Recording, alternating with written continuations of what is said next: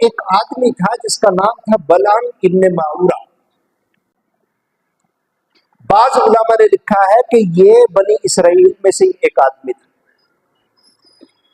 और ये इतना बड़ा मौलवी, इतना बड़ा आलिम था कि अपने जमाने का मुक्तदा था, और अल्लाह ताला की इसके ऊपर रहमत अजीब व गरीब थी कि इसको इसमें जात का पता था। देखो इसमें जात क्या है,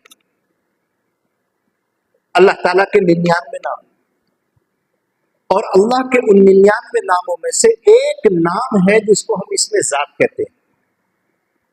उस नाम की खुसूसियत यह है कि अगर कोई उस नाम को पढ़ करके दुआ करे तो 100% दुआ कबूल होती है,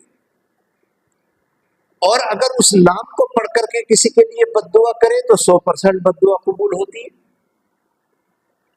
वो नाम क्या है दुनिया में कोई नहीं जानता, वो नाम क्या है।